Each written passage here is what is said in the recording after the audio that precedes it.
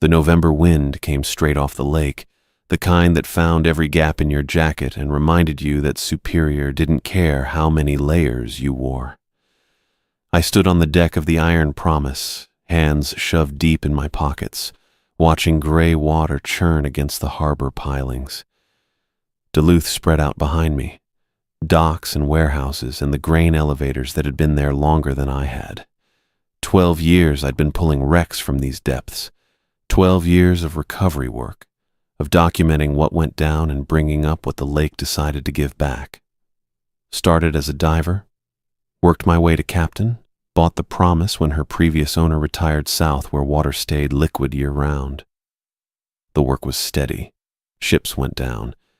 Insurance companies needed proof. We provided it. The deck shifted under my boots as a swell rolled through. I'd replaced these planks twice, patched the hull more times than I could count, but she was solid, reliable. That mattered more than comfort when you were working salvage in water cold enough to stop your heart in minutes. Footsteps on the gangway. I turned as Clementine came aboard, that clipboard tucked under one arm and a waterproof folder in her hand. Her glasses had fogged from the temperature change, and she pulled them off to wipe them on her fleece. "Got the briefing," she said. I took the folder.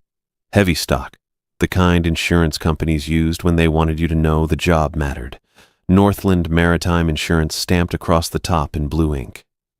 What are we looking at? Research vessel, the Meridian Star. Clementine consulted her clipboard. Went down 3 weeks ago, November 3rd. 16 crew presumed dead. I flipped the folder open. Coordinates printed on the first page. A position about 40 miles northeast of here, deep water. Bathymetric charts on the next page showed the lake floor dropping to nearly 800 feet. Recovery depth, but not comfortable. The kind of dive where you watched your gauges and didn't take chances. Presumed dead, I said. They find any bodies? None recovered. Coast Guard did a surface search for 4 days, found debris and an oil slick, called it. She adjusted her glasses. We're being hired for documentation and recovery of the main hull if feasible. I turned to the next page. Standard insurance forms, liability waivers, the usual paperwork that said if we died doing this, it wasn't their problem. Then the payment terms. That's where I stopped. This is triple rate. I know. For documentation. I looked at her. Not recovery, not salvage. They're paying us triple to take pictures and file reports. Clementine's expression didn't change, but I'd worked with her long enough to catch the tightness around her eyes. That's what the contract specifies. Something wasn't sitting right. Insurance companies didn't pay triple rate out of generosity. They paid it when the work was dangerous, when the timeline was critical, or when they needed it done quiet and fast. I flipped through the rest of the folder. More charts, equipment manifests for the Meridian Star, crew roster with 16 names I didn't recognize. Standard stuff. Then my thumb caught on something tucked behind the depth charts. A laminated card, smaller than the other documents, easy to miss if you weren't thorough. I pulled it free. Red ink on white cardstock, sealed in plastic. No header, no logo I recognized. Just 11 rules typed in a font that looked like it came from a typewriter, not a printer. Operational protocols. Meridian Star recovery.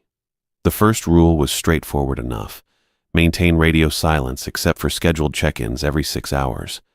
I'd done silent ops before, usually when salvaging cargo someone didn't want advertised. Rule 2. Do not surface any objects bearing research station markings or identification codes. My jaw tightened. Research station. The Meridian Star was listed as a research vessel, but the insurance documents hadn't mentioned what kind of research or what station she was operating from. Rule 3. Document all findings via written log only. No digital transmission of reports until debriefing. Rule 4. No photographing of recovered crew remains. Facial documentation is prohibited. That one pulled me up short. In 12 years of recovery work, I'd brought up 14 bodies. Standard protocol was photographic documentation of everything: position, condition, identifying features. It was how you confirmed identity, how you gave families closure. Telling me not to photograph faces meant someone didn't want those crew identified through normal channels. Rule 5. If cargo hold is intact and sealed, do not attempt entry under any circumstances. Rule 6. Any biological samples or specimens are to be left in situ and coordinates reported. Biological samples, specimens. The word sat wrong, too clinical for standard maritime salvage. I kept reading, each rule tightening the knot in my gut.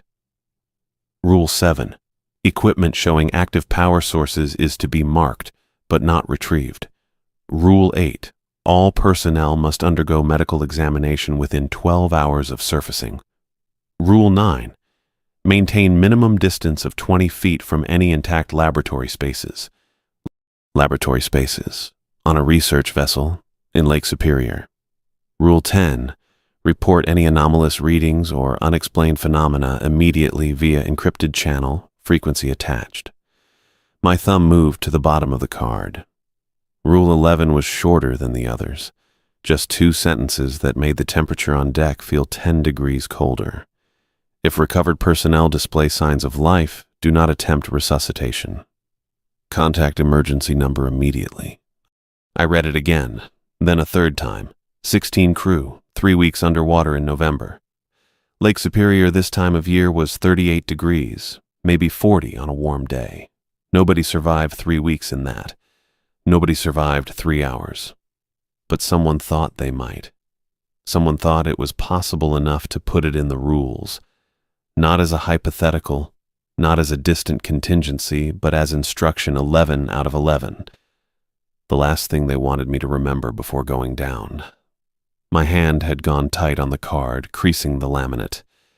I forced my fingers to relax. Clementine. She looked up from her clipboard. I held out the card. You see this? She took it, scanned the text. Her face went carefully neutral. The expression she used when dealing with bureaucrats or inspectors, when she was thinking hard and didn't want it to show. That's unusual, she said finally. That's goddamn disturbing. The medical examination requirement isn't unprecedented. Contamination protocols. Rule 11. She read it again, didn't say anything. 3 weeks, I said, in 40-degree water. They've been down 3 weeks, Clem. I know. So why would they need a rule about signs of life? She handed the card back. I don't know. The wind gusted, bringing the smell of fish and diesel and winter coming on. Somewhere across the harbor, a crane groaned, loading containers onto a freighter that would make the run to Thunder Bay before the shipping lanes froze. I looked at the emergency number printed at the bottom of the card. No area code I recognized. 10 digits that would connect me to someone, somewhere, who expected I might find something alive in a wreck that had been on the lake floor for 21 days. We don't have to take it, Clementine said quietly. I flipped back to the payment terms. Triple rate. Enough to cover the promise's winter maintenance, and then some. Enough to keep Derek and the rest of the crew working through the slow season. Enough to make me overlook the fact that nothing about this job made sense. Check the weather, I said. If we've got a window tomorrow, we go. Clementine nodded once and headed back toward the cabin, her boots steady on the deck despite the swell. I stayed where I was, that laminated card still in my hand, reading Rule 11 one more time in the gray November light. If recovered personnel display signs of life, do not attempt resuscitation. The lake rolled dark beyond the harbor breakwater, keeping its secrets like it always had. Whatever was down there with the Meridian star, someone was afraid I'd find it breathing. I left Harper's protocols sitting on the galley table where I'd dropped them. 14 pages of bureaucratic horseshit that treated salvage work like defusing a bomb. Derek found me there an hour later, coffee gone cold in my cup, staring at the highlighted sections Clementine had marked as critical compliance items. That bad? He pulled out the chair across from me, didn't wait for an invitation. They want us to treat the wreck site like it's contaminated. No direct contact with any recovered remains. Full hazmat protocols for anything from the cargo hold. I pushed the packet toward him. Get this, we're supposed to maintain 20 feet of separation from any bodies we locate. 20 feet. In 240 feet of water with limited visibility. Derek flipped through the pages, his expression shifting from curiosity to disbelief. They want us to abort if we observe unusual biological activity. The hell does that mean? Your guess is good as mine. He kept reading, that muscle in his jaw working the way it did when someone questioned his competence.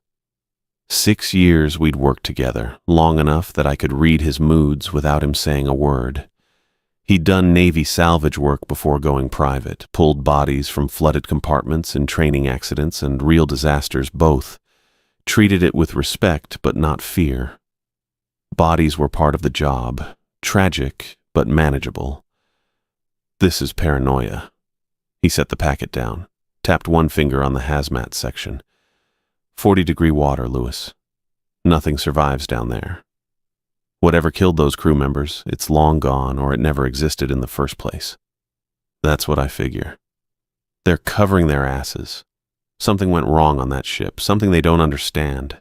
So they're throwing regulations at it until it looks like they did their due diligence. He leaned back, crossed his arms. We've pulled bodies before. Never needed a goddamn hazmat team. I picked up my cold coffee, set it down again without drinking.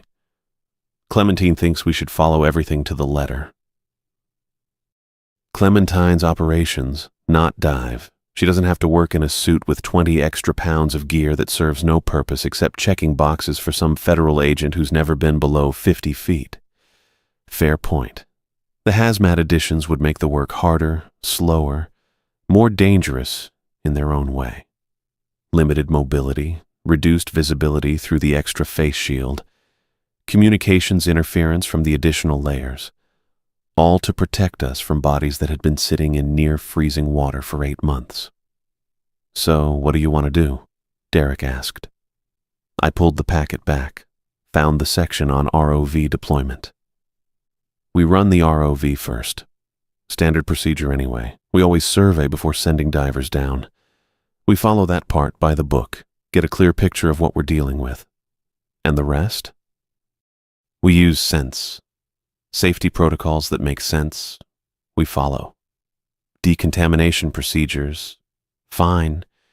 Careful handling of remains, absolutely. But I'm not aborting a dive because something moves in the current. And I'm not suiting you up like you're entering a reactor core. Derek nodded slowly. Reasonable guidelines, ignore the absurd ones. That's what they're paying us for, our expertise, our judgment. I closed the packet. Bodies don't resurrect in 40-degree water. Whatever happened on the Meridian Star, it's over. We're just documenting what's left. When do we deploy? First light tomorrow. Weather windows holding for the next 3 days. I stood, picked up my cup. Get the ROV prepped this afternoon. I want fresh batteries, full diagnostics on the camera system and the high-intensity lamps. 240 feet means we'll need all the light we can push. Copy that. Derek rose, grabbed the protocol packet. I'll give this another read. Pull out anything that's actually useful. Let me know what you find. He paused at the galley door. You tell Harper we're going selective compliance? I'll tell her we're following appropriate safety measures based on our professional assessment of actual site conditions. Derek grinned. Bureaucrats speak, you're learning. 30 years on the water teaches you how to navigate more than storms. The ROV went over the side at 0600, gray dawn light turning the harbor water to brushed steel. I'd run through the checklist twice, Derek handling the tether while I controlled the descent from the console we'd set up on deck. The screen glowed pale blue, showing murky water and the occasional fish darting through the frame. Clementine stood behind me, tablet in hand, documenting everything. She hadn't argued when I'd outlined our approach, just made notes and asked pointed questions about which specific protocols we were implementing. Smart enough to know when to push and when to let experience guide the call. "Passing 100 feet," Derek called out. "Tether's running clean." The pressure reading climbed steadily. Water temperature held at 41 degrees, visibility dropping as we descended beyond the thermocline. I adjusted the lamp intensity, pushed the ROV into a slow forward glide toward the coordinates where the meridian star had gone down. Side-scan sonar had already given us a position, but sonar couldn't tell you about structural damage, couldn't show you if the wreck was stable or if it had broken apart on impact with the bottom. That's what the ROV was for. Eyes and cameras where human bodies couldn't go yet, not until we knew what we were sending Derek into. 150, Derek said. The water darkened to charcoal, then black. Our lamps cut through it in narrow cones, illuminating suspended particles that drifted like snow. I kept the ROV's descent steady, watching the depth gauge and the sonar return that was growing more solid on the screen. "Contact," I said, getting visual. The meridian star materialized out of the darkness like a ghost ship, sitting upright on the lakebed as if it had simply decided to park there and wait. The hull loomed in the camera frame, dark metal plating streaked with fresh rust but otherwise intact. No catastrophic breach, no twisted wreckage field, just a ship that had settled to the bottom and stayed put. 240 feet, Derek confirmed. She looked stable. I piloted the ROV along the port side, cameras recording every detail. The deck rails stood undamaged, cargo cranes still secured in their housings. A few loose items, a life ring, some coiled rope, had shifted, but nothing suggested violent sinking. The ship looked more abandoned than destroyed. "Bringing her around to starboard," I said. That's where the Coast Guard report had noted the damage. And sure enough, there it was. A ragged tear in the hull, plating about 20 feet back from amidships, edges bent inward like something had punched through from outside. The tear was maybe 6 feet across, big enough to flood the lower compartments, but not catastrophic enough to sink the ship immediately. Clementine leaned closer. "Can you get the camera inside?" "Working on it." I maneuvered the ROV toward the tear, adjusting the lamp angles. The interior showed dark compartments, debris floating in the still water. Equipment, furniture, personal items drifting in the current the ROV's thrusters created. No bodies visible, but we'd expected that. The crew quarters were forward and above, not in this section. Then I brought the ROV up and over, heading toward the main cargo hold. The doors stood open. I stopped the ROV's forward motion, held position about 30 feet out. The cargo hold doors were massive things, hydraulic-operated hatches that sealed tight to keep weather out and cargo secure. They didn't just swing loose. They had to be unlocked, powered open, deliberately released. "That's wrong," Derek said. "Yeah. Those should be sealed. Even if the ship was taking water, those doors have independent systems. They wouldn't just pop open on impact."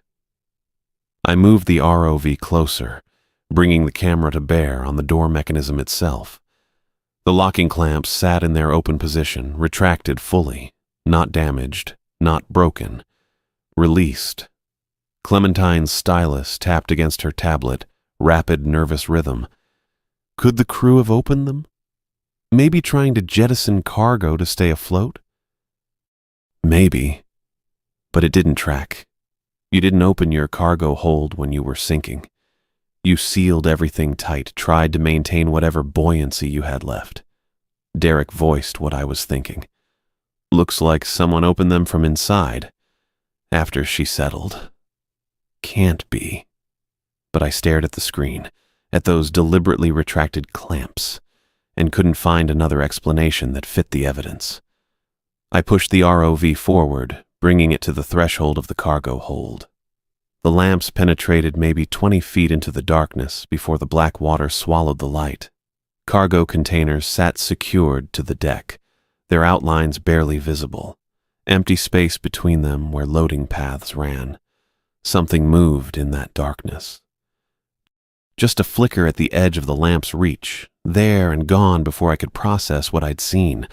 I stopped the ROV, held it steady. "You catch that?" Derek asked. "Replay it." He worked the controls for the recording system, backing up the footage, 10 seconds. We watched the screen as the ROV approached the cargo hold, as the lamps pushed into the interior space. There, motion in the background, behind one of the containers. Something pale drifting across the gap.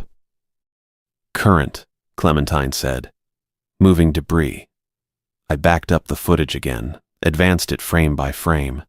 The pale shape moved through the frame in 3 seconds of footage, maybe 15 individual frames. I isolated the clearest one, enhanced the image resolution as much as our system allowed. Not debris. The shape had limbs, arms and legs, a torso, a head, humanoid.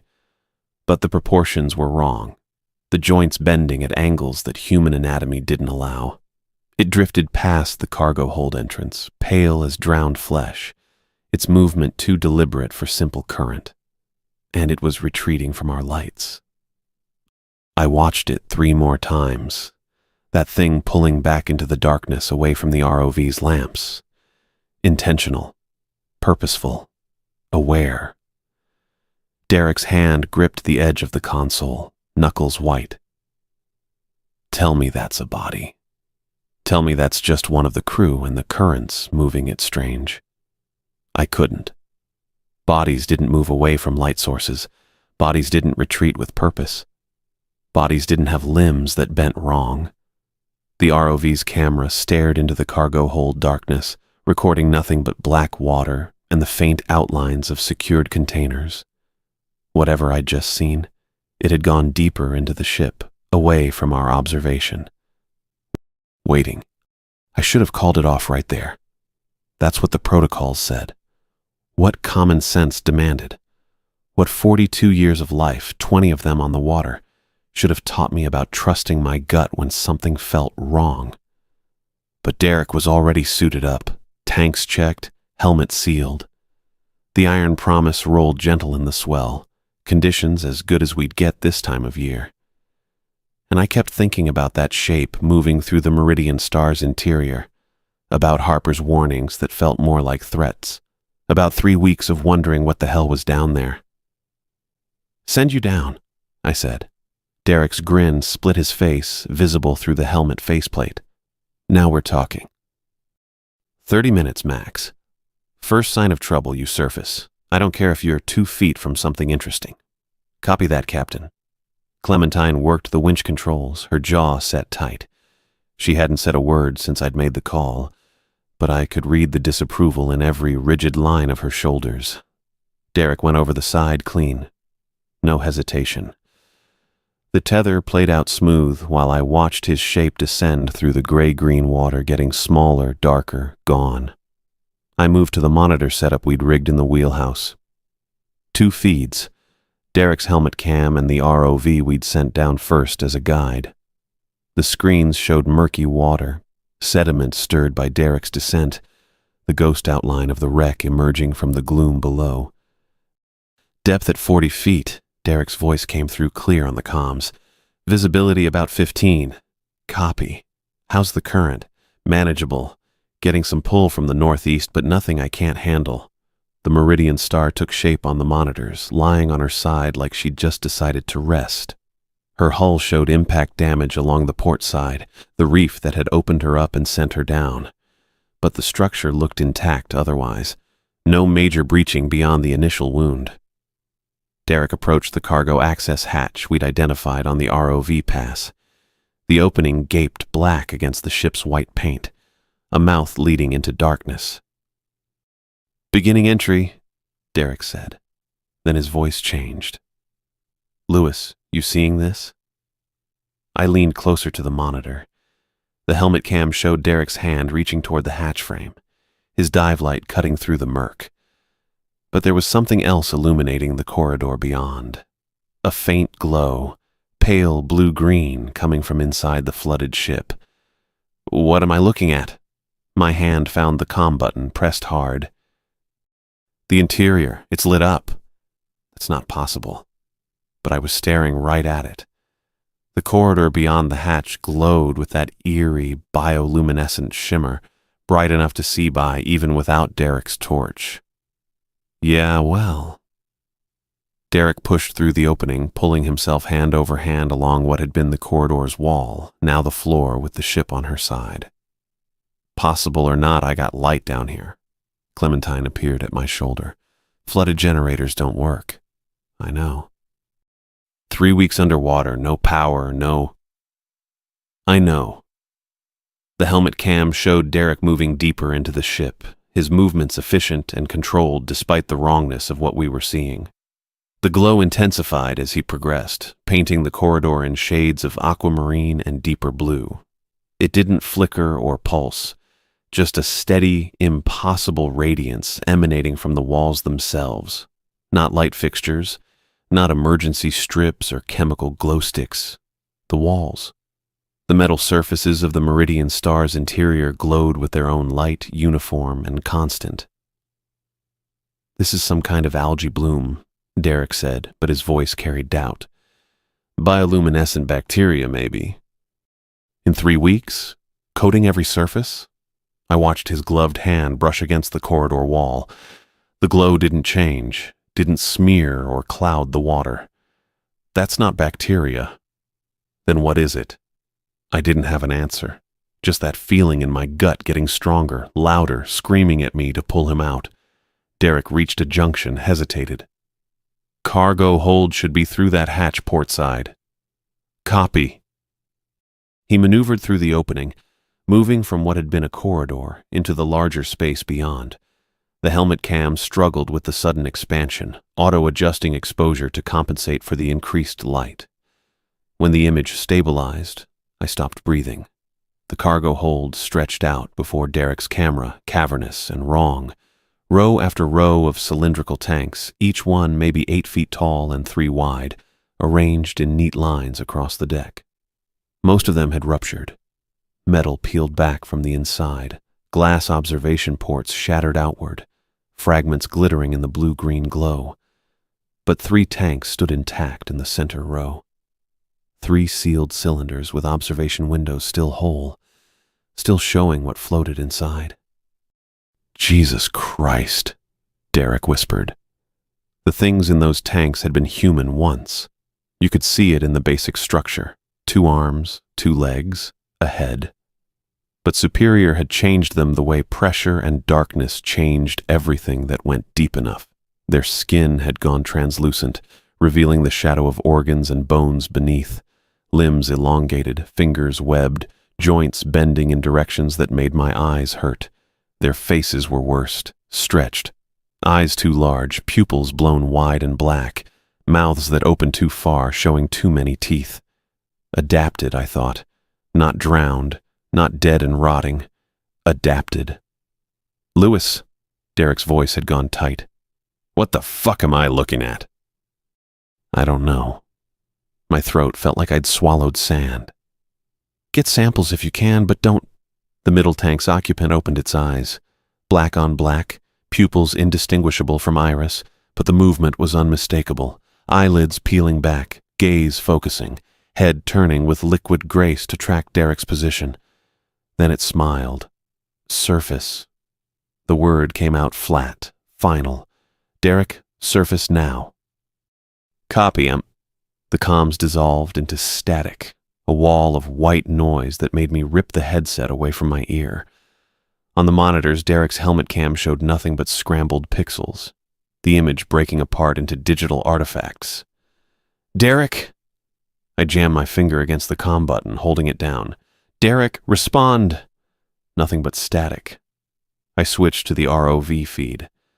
That camera still worked, positioned 20 feet above and behind Derek's last known location.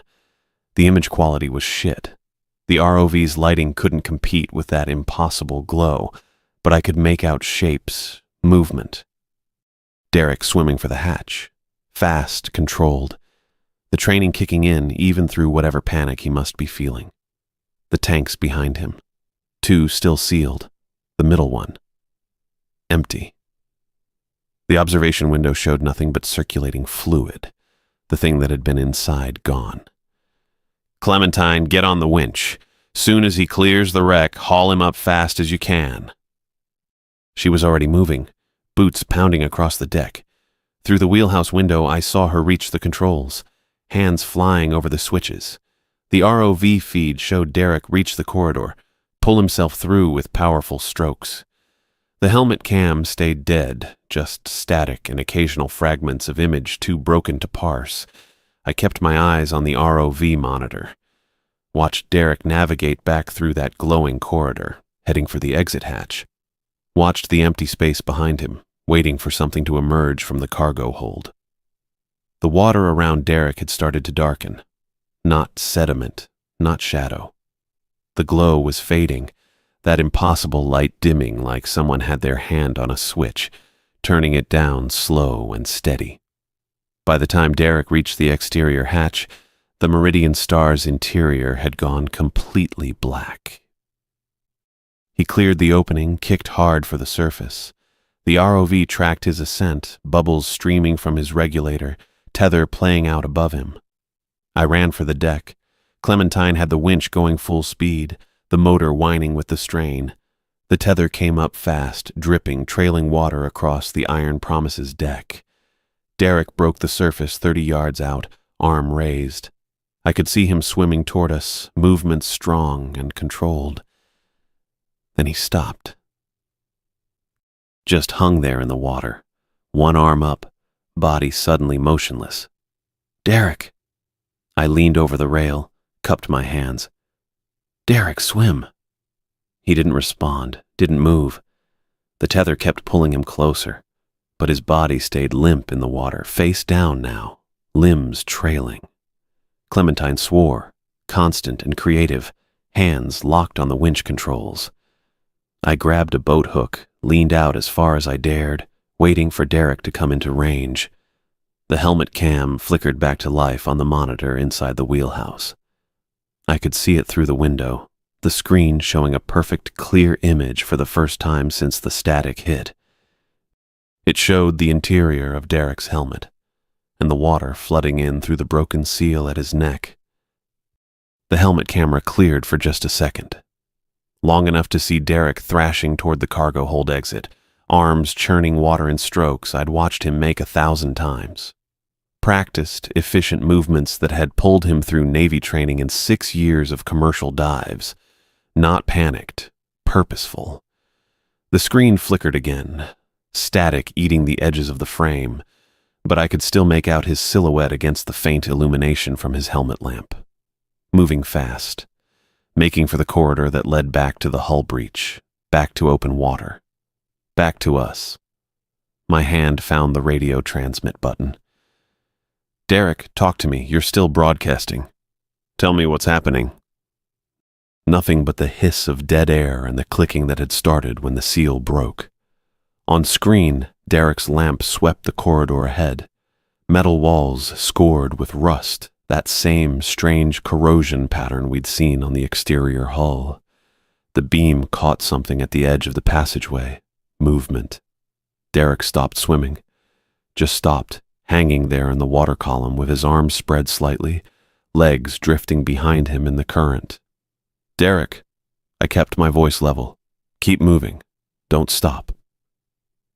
The clicking sounds intensified. Pressure waves. I could see them now, distorting the water around him in rippling patterns that the camera barely caught. Not random, rhythmic, deliberate. 4 shapes emerged from the corridor ahead. Pale forms that moved with the fluid grace of things born to deep water. They'd looked vaguely human from a distance, through bad camera angles and worse lighting.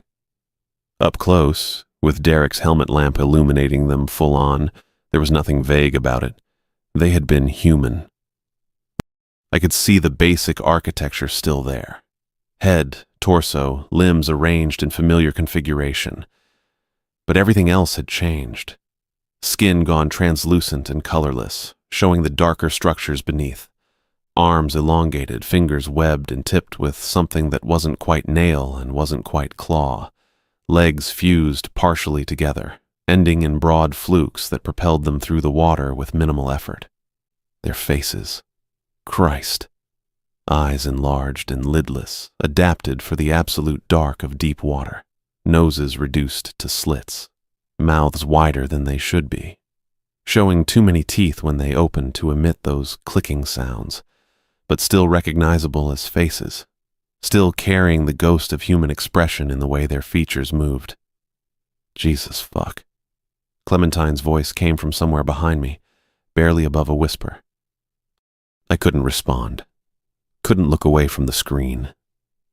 The four things circled Derek slowly, staying just outside arm's reach, moving in synchronized patterns that suggested communication, coordination, intelligence. Derek hung motionless in the center of their circle. His breathing came harsh through the compromised helmet seal, audible through the speaker despite the static.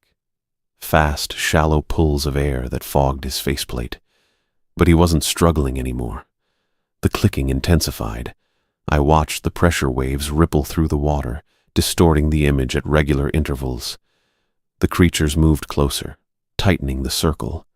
One of them extended a webbed hand toward Derek's helmet. I hit the transmit button. Derek, get the fuck out of there. Swim. Now. He didn't move. The creature's hand made contact with his helmet, fingers splaying across the faceplate. The clicking changed pitch, dropping to a lower frequency that I felt more than heard through the speakers. A thrumming that set my teeth on edge and made something primitive in my brain stem scream warnings. The other three moved in, surrounding him completely now, bodies undulating in the current, all of them touching some part of his suit, his helmet, his tanks. The pressure waves synchronized, built on each other, created patterns in the water that the camera registered as geometric distortions in the frame. They were communicating. Not with us. With Derek. I realized I was gripping the monitor housing hard enough to hurt. Clementine stood frozen beside me, one hand covering her mouth. Through the window, I could see the lake surface, dark water rolling under gray sky. 200 feet below us in the drowned cargo hold of the Meridian Star, something was happening that shouldn't be possible. The static cleared, all at once, like someone had flipped a switch. The image went crystal sharp, clearer than it had been since Derek entered the wreck. I could see individual rust flakes drifting in the water, the texture of the creature's translucent skin, the precise geometry of their webbed fingers where they pressed against Derek's helmet.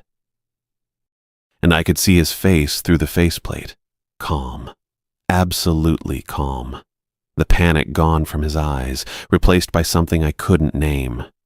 His breathing had slowed, steadied. He hung in the water with the four creatures surrounding him, and he looked peaceful. Lewis. His voice came through clear and steady, no static, no distortion, just Derek, speaking in the measured tone he used when he was working through a problem. I need you to listen. Don't interrupt. Just listen. My thumb found the transmit button. Derek, we're getting you out. Stay calm. They're not hurting me. His eyes stayed fixed on something beyond the camera's view. One of the creatures, maybe. Or all of them. They're trying to explain. They've been trying since I entered the cargo hold, but I couldn't understand, couldn't hear properly. The clicking continued, softer now, gentle pressure waves that barely registered on camera. They were the research team, Derek said. Dr. Sarah Chen, Marcus Whitfield, Jennifer Park, Thomas Brennan, all four of them. They found something in the samples they pulled from the deep trench. An organism. Microscopic. Lives in the pressure zones where nothing else can survive. I watched one of the creatures, Chen, Whitfield, Park, Brennan, what did the names matter now, tilt its head in a gesture that was almost human. Almost. It changes you, Derek continued. His voice held no fear. That scared me more than anything else. Rewrites your biology from the inside out. Adapts you for the deep water, the cold, the pressure. They didn't know what it would do at first. Not until it was too late to stop. Derek, I kept my voice level. Listen to me. Whatever they're telling you, it's irreversible. He talked over me like I hadn't spoken. Once it starts, the change completes. Takes about 72 hours. They tried to surface, tried to get help, but the transformation was too far along. So they made a choice. The creatures pulled back slightly, giving him space, still surrounding him but no longer touching. Their lidless eyes reflected his helmet lamp, throwing back pale crescents of light.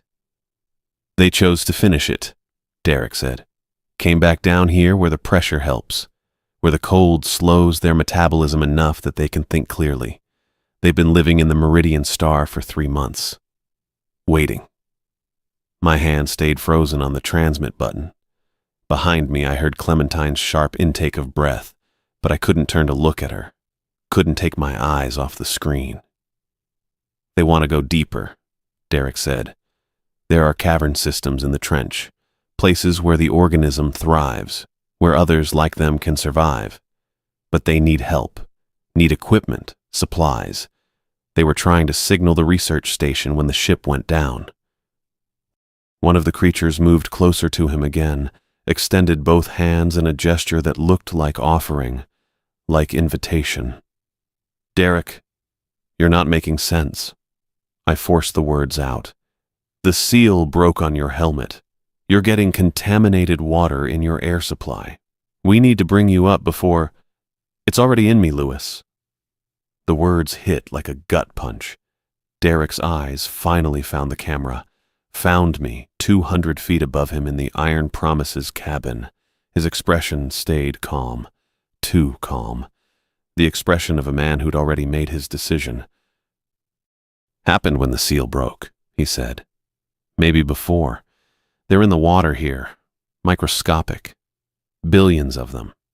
I've been breathing them for the past 15 minutes. It's already started. No. The word came out flat. Certain. Denial wrapped in a captain's voice. We're bringing you up. Medical team can... There's no stopping it. Still that terrible calm. But it's not fatal. That's what they wanted me to understand. Chen, Whitfield, Park, Brennan, they're still themselves, still conscious, still thinking and feeling and choosing. Just different. Adapted. The creatures moved in their slow circle, bodies undulating in synchronized rhythm. The clicking continued its gentle pattern, pressure waves building and fading. They want you to join us, Derek said. The world narrowed to the screen in front of me, to Derek's calm face behind the flooded faceplate, to the 4 pale shapes circling him in the drowned cargo hold. They've been alone too long, he continued. Need others who understand, who can help them survive. They chose this, Lewis. Made the decision consciously. And now I'm choosing it too. Derek, you could choose it too. Come down here. Let the change happen. We could explore the deep trenches together, places no one has ever seen. Build something new down where the pressure keeps the rest of the world away. His hand reached out toward the camera, toward me. The gesture of a friend extending an invitation. Join us. The words hung in the speaker's silence. The clicking sounds continued their rhythmic pattern, gentle and insistent.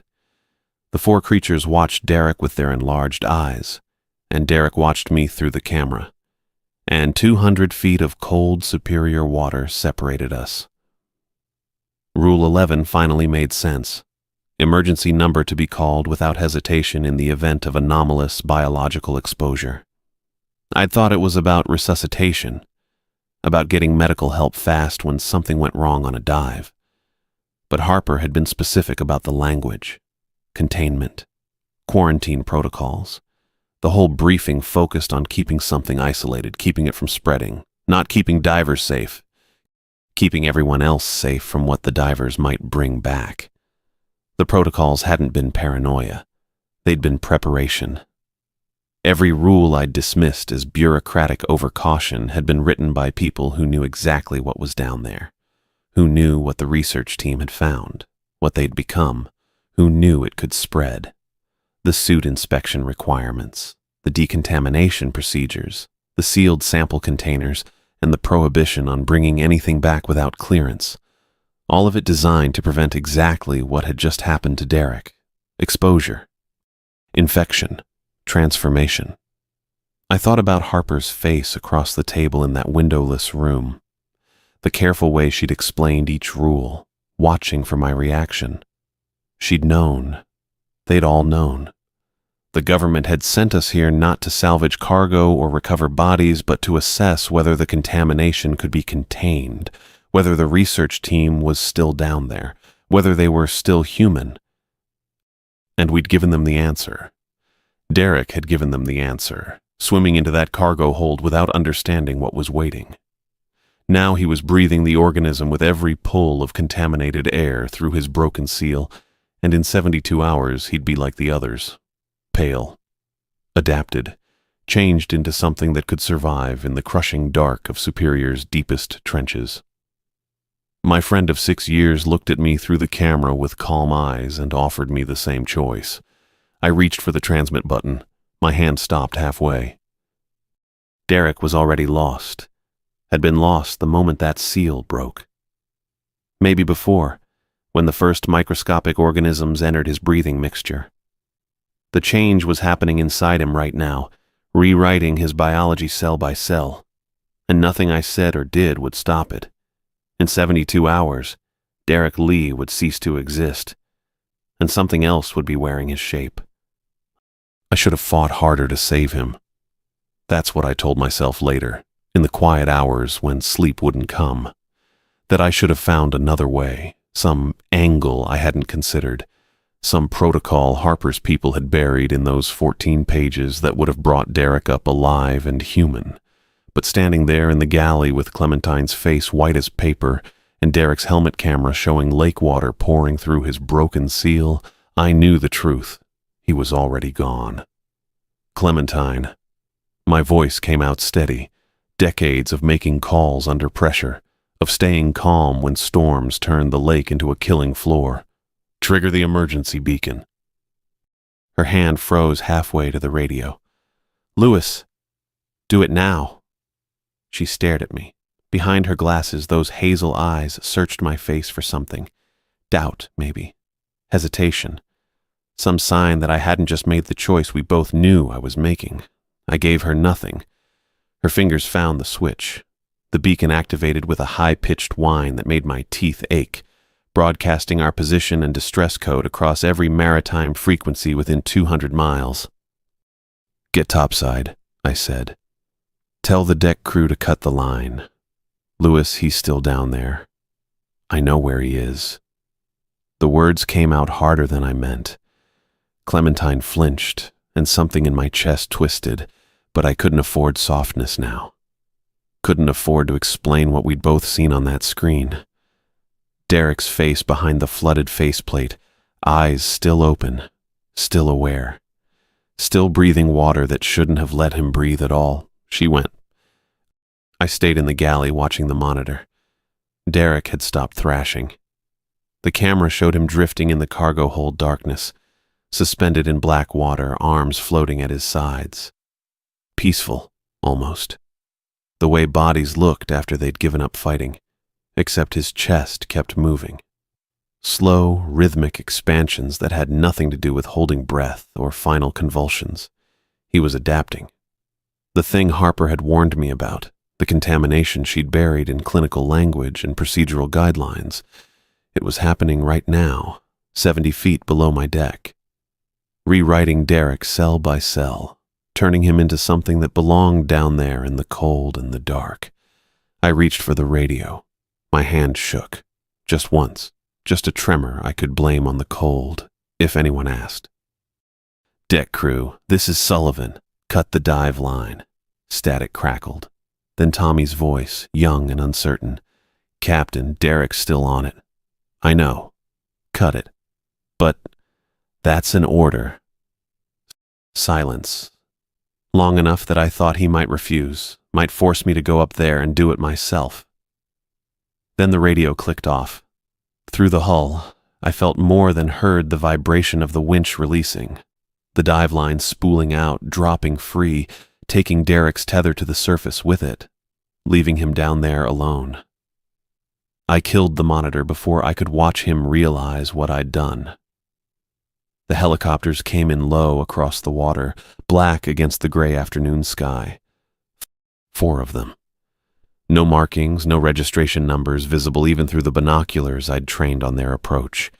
They moved in formation, precise and practiced, and somewhere in my gut I'd known they'd be this fast. Harper's people didn't fuck around when containment was on the line. I stood on deck watching them circle the Iron Promise, rotors beating the air into submission. The crew had gathered behind me. Clementine, Tommy, Marcus, the handful of others who'd been topside when everything went to hell. Nobody spoke. We just watched government power descend on us in rotor wash and exhaust fumes. The first helicopter didn't land. It hovered 20 feet off our starboard side while repelling lines dropped from its belly. 4 figures in black tactical gear descended in synchronized precision, boots hitting deck with barely a sound despite the weight of their equipment. The second helicopter peeled off toward the dive site. I watched it position itself directly above where we'd dropped Derek, rotors churning the lake surface into white foam. Divers went over the side in full hazmat gear, tanks strapped to their backs, tethers secured to winches I recognized as military-grade recovery equipment. They weren't there to save him. They were there to contain whatever he'd become. The tactical team spread across my deck without asking permission, securing positions like they owned the vessel. Maybe they did now. One of them, broad-shouldered, face hidden behind a black mask, approached with the kind of confidence that came from knowing nobody would tell him no. "Captain Sullivan, we're taking command of this vessel. Your crew will remain on deck until debriefing is complete." Not a question, not a request. Understood. He tilted his head slightly, like he'd expected more resistance. Then he turned and started barking orders into his radio, coordinating the teams already moving through the Iron Promise's interior. Clementine moved closer to me. Her voice came out barely above a whisper. "Lewis, what's happening?" Exactly what Harper said would happen. "Derek is gone." The words tasted like ash. True, though. Had been true since the moment that helmet seal broke, maybe since before that, since he'd entered the cargo hold and breathed air that shouldn't have been there. I'd just made it official. 2 unmarked vessels arrived within the hour, sleek government craft that made the Iron Promise look like a bathtub toy. They flanked us port and starboard, close enough that I could see figures moving behind tinted windows, carrying equipment I didn't recognize and didn't want to. The sun was dropping toward the horizon when Harper Montgomery stepped onto my deck. She looked exactly like she had in the video briefing. Sharp black bob, dark eyes that revealed nothing, tactical jacket that probably cost more than my monthly fuel budget. She moved through the organized chaos of her response teams without acknowledging them, heading straight for where I stood by the wheelhouse. "Captain Sullivan." "Agent Montgomery." She gestured toward the galley. "We need to talk." I followed her inside. The space felt smaller with her in it, her presence somehow taking up more room than her slim frame should have occupied. She settled into the chair where Clementine had sat hours ago, pulled a tablet from her jacket, and tapped it alive. "I need to see the footage." I'd already queued it up, had watched it 4 more times while waiting for her arrival, looking for some detail I'd missed, some sign that I'd made the wrong call. Found nothing but confirmation. Harper's face stayed blank as she watched Derek's camera feed. The static, the impossible breathing, the water flooding his helmet, his body drifting in the cargo hold darkness, with his chest still moving in rhythmic expansions that had nothing to do with being human. When it finished, she set the tablet down with careful precision. "You cut his line." "Yes." Before he stopped transmitting, Yes. She studied me, not with judgment exactly. More like she was cataloging my responses, filing them away in whatever mental database she maintained on people who'd seen too much. Walk me through your decision-making process. So I did. Told her about the protocols she'd sent, about Derek suiting up despite my concerns, about the static and the breathing and the thing we'd seen moving in the hold, about the moment his seal broke and I knew, really knew, that bringing him up would mean bringing something else with him. Harper listened without interrupting, took notes on her tablet with quick, efficient taps. When I finished, she asked 3 questions. Did anyone else review the footage? No, just me and Clementine. Did Derek make contact with the cargo? I don't know. The static hit before he got close. Did you see any identifying marks on the entity in the hold? Entity. Clinical word for something that had no business existing. No, just movement. Shadow, maybe. Could have been debris. We both knew I was lying about that last part. She didn't call me on it. Instead, she pulled something from her jacket. An envelope, cream-colored and official-looking, with a weight to it that had nothing to do with paper. She set it on the table between us. The recovery team found Derek's suit approximately 90 feet from the Meridian Star. Empty, no body, no biological material, no indication of what happened after you severed the line. Empty. Jesus Christ. The official report will list Derek Lee as a diving accident victim. Equipment failure at depth, body unrecoverable due to extreme conditions and structural instability of the wreck site. Harper's voice stayed flat, professional, like she was reading a grocery list instead of erasing a man's existence. The site is now classified. The Meridian Star and surrounding area are off limits to all civilian salvage operations indefinitely. And my crew will be debriefed individually and offered compensation for their cooperation and discretion. She tapped the envelope. This is yours. I didn't touch it. How much? Enough to retire comfortably. Sell the iron promise if you want, or keep her docked and never take another job. Your choice. And if I talk, you won't. Not a threat, just a statement of fact, delivered with the same clinical precision she'd used for everything else. She was right, though. Where would I talk? Who would I tell? Derek's family deserved to know what happened to him, deserved something more than equipment failure and unrecoverable remains. But what would I give them? The truth. That their son had been taken by something in the deep, transformed into God knows what, and that I'd cut him loose to save everyone else? That the government had cleaned up the mess and paid me to forget it ever happened? Some truths were worse than lies. I picked up the envelope. Heavier than I'd expected. The kind of heavy that came from guilt and blood money and choices you couldn't take back. Derek was a good diver, I said. 6 years, never missed a safety check, never took stupid risks. I'm sure he was. His family should know that. Harper stood, smoothing her jacket with practiced efficiency. The official notification will emphasize his professionalism and experience, that the equipment failure was unforeseeable, and that he followed all protocols. Protocols. The word tasted bitter. She moved toward the door, then paused. For the first time since boarding, something almost human flickered across her face. Not quite sympathy, more like recognition. You made the right call, Captain Sullivan. It doesn't feel like it now. Probably won't for a long time. But you saved your crew and prevented a containment breach that would have cost significantly more lives. That's supposed to make me feel better. No, it's supposed to be the truth. She left without waiting for a response. I sat alone in the galley, envelope in my hands, listening to her teams dismantle my dive operation and secure the site where I'd left Derek to whatever fate awaited things that stopped being human. The check inside was for $2,300,000. I didn't open it again for 6 months. They cleared out before midnight, taking their helicopters and unmarked vessels and tactical teams with them, left the Iron Promise floating in dark water with her dive equipment seized as evidence and her captain sitting in the wheelhouse with blood money in his pocket. Clementine found me there around 0200. She'd been debriefed, signed her own stack of non-disclosure agreements, accepted her own envelope with the same numb silence I'd managed. "They're calling it equipment failure," she said. "I know. Derek checked that seal himself 3 times. "I know."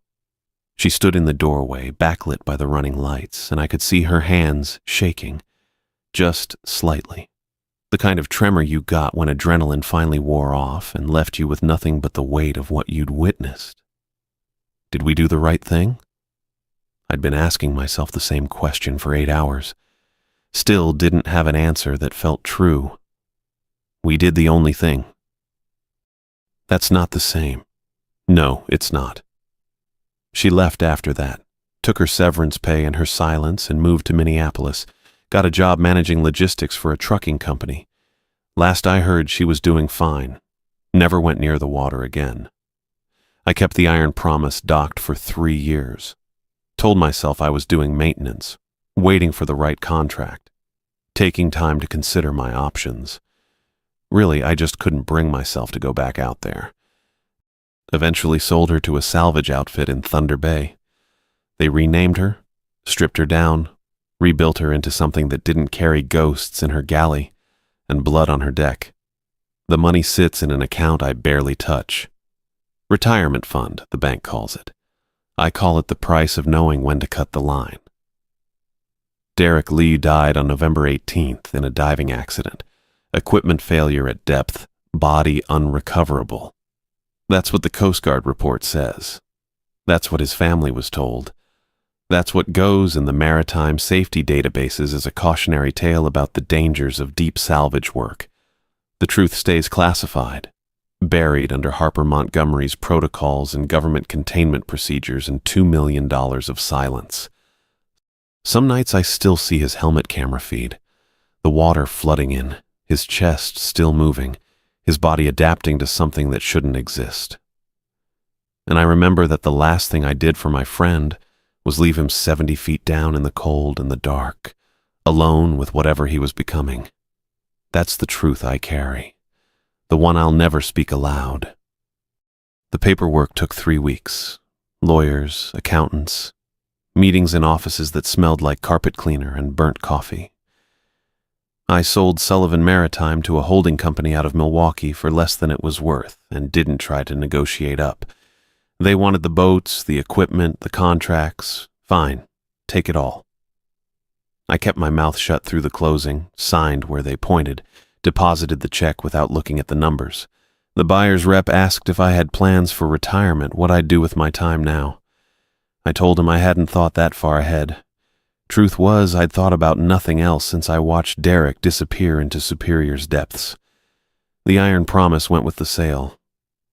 Last time I stood on her deck was a gray afternoon in early December, wind cutting across the harbor with that particular bite that meant winter had settled in for real. I ran my hand along the rail where I'd gripped it 1,000 times, felt the cold metal under my palm, the worn spots where paint had rubbed away to bare steel. Clementine had already taken another position, operations manager for a shipping outfit working the southern lakes. Michigan, Huron. Warmer waters, she'd said when she told me. Safer runs. She didn't say what we both knew, that she couldn't work Superior anymore either. We'd had coffee the week before, one of those awkward meetings where neither of us wanted to talk about what happened, but couldn't talk about anything else. She'd asked if I was okay. I'd lied and said yes. She'd nodded, not believing me, and we'd finished our drinks in silence. I walked off the Iron Promise that December afternoon and never went back. But I couldn't leave it behind. Not really. Nights were the worst. I'd moved into a small place inland, 2-bedroom rental in a neighborhood where I didn't know anyone and nobody asked questions. Far enough from the lake that I couldn't smell the water or hear the foghorns. I thought distance would help. It didn't. I'd lie there in the dark and hear Derek's voice, not the panicked transmission when his helmet started flooding, not the desperate gasps when the water poured in. The other voice, the calm one, the one that came after when something else was speaking through his mouth. The cold doesn't hurt anymore, Captain. That's what got me. The way he'd said it. Not scared, not fighting, just explaining, sharing a discovery. The pressure feels like an embrace. I'd tried to block it out, tried to fill my head with other thoughts, other sounds, television noise, radio static, anything. But 3 a.m, when the house went quiet and sleep wouldn't come, I'd hear him again. The depths offer something the surface never could. I didn't know what he'd meant, didn't want to know. But the words stayed with me, playing on repeat in the spaces between heartbeats. Derek had been my friend for 6 years. I'd trusted him with my life, with my crew, with salvage operations that could kill you if someone made a single mistake. And I'd left him down there. Harper had called it the right decision. Protocols existed for a reason. I'd saved 3 lives by following procedure. The infection vector had been contained. Her words, clinical and clean, didn't change what I'd done. Didn't change that Derek Liu had drowned 70 feet below the surface while I stood on deck and watched it happen. That his body had been transformed into something inhuman while his voice stayed calm and measured, explaining how good it felt to let go.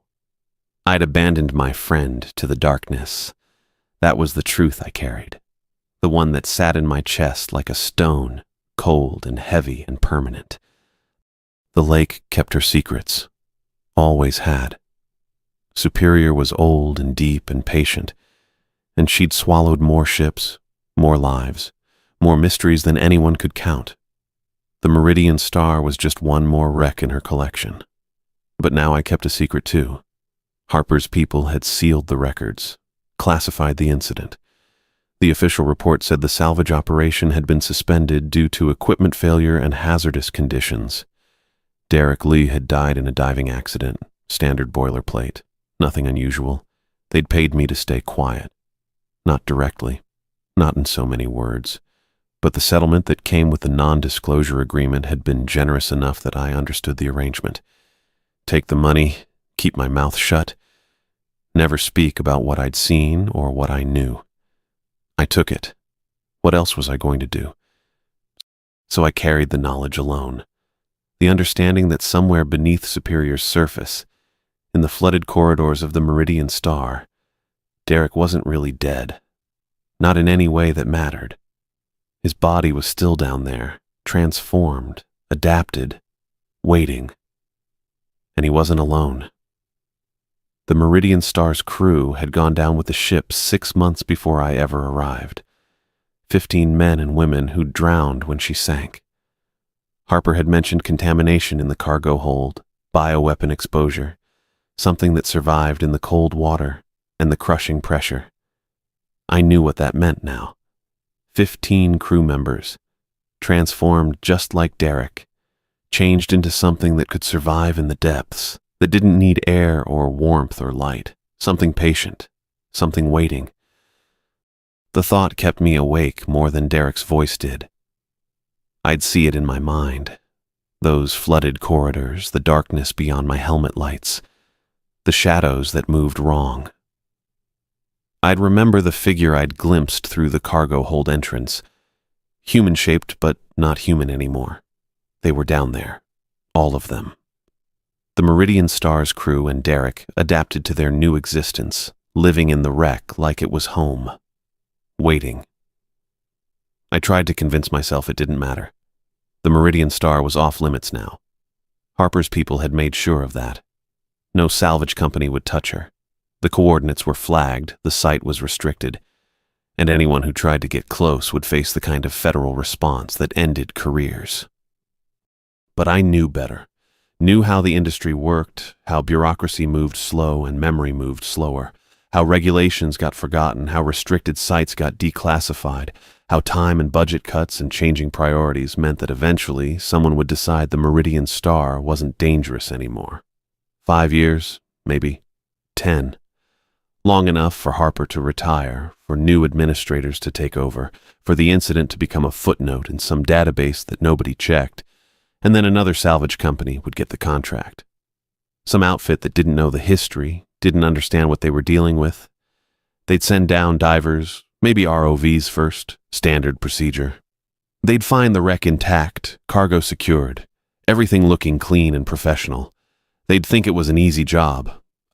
I'd thought the same thing. I remembered standing on the Iron Promise's deck that first morning, coffee steaming in the cold air, watching Derek suit up with that easy confidence I'd trusted for 6 years. I dismissed Harper's warnings as paranoia, bureaucratic overcaution, the kind of nonsense that government people invented to justify their jobs. The rules had seemed excessive. The protocols had felt like theater. I'd been so sure I knew better. And Derek had paid for my certainty with his humanity. So yeah, I knew.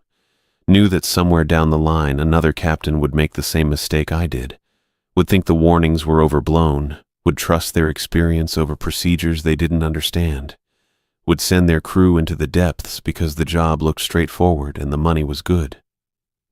They'd ignore the rules just like I had, and the transformed crew of the Meridian Star would be waiting for them. Patient, adapted, ready. The lake would claim more victims. The infection would spread. More divers would hear that calm voice explaining how the cold didn't hurt, how the pressure felt good, how the depths offered something worth surrendering to. I couldn't stop it. Couldn't warn anyone without breaking the non-disclosure agreement, couldn't speak up without risking everything Harper's people had paid me to forget. All I could do was carry the weight of what I'd witnessed and what I'd done. The knowledge that I'd helped create what waited below. That somewhere in Superior's darkness, Derek and the others existed in a state I couldn't comprehend, transformed beyond recognition, but still aware enough to speak, to move, to wait. I lived with that weight every day, woke up with it, went to sleep with it, carried it through the hours in between. Some burdens you couldn't put down, some truths you couldn't share. This was mine. And when the next salvage operation came, because it would come eventually, inevitably, I'd hear about it. Some mention in industry news, some passing comment from someone who still worked the lakes. I'd know what was about to happen, and I'd keep my mouth shut, just like I'd been paid to do. Because the lake kept her secrets, and I kept mine. And that was how it worked when you survived something that shouldn't exist. That was the cost of walking away alive.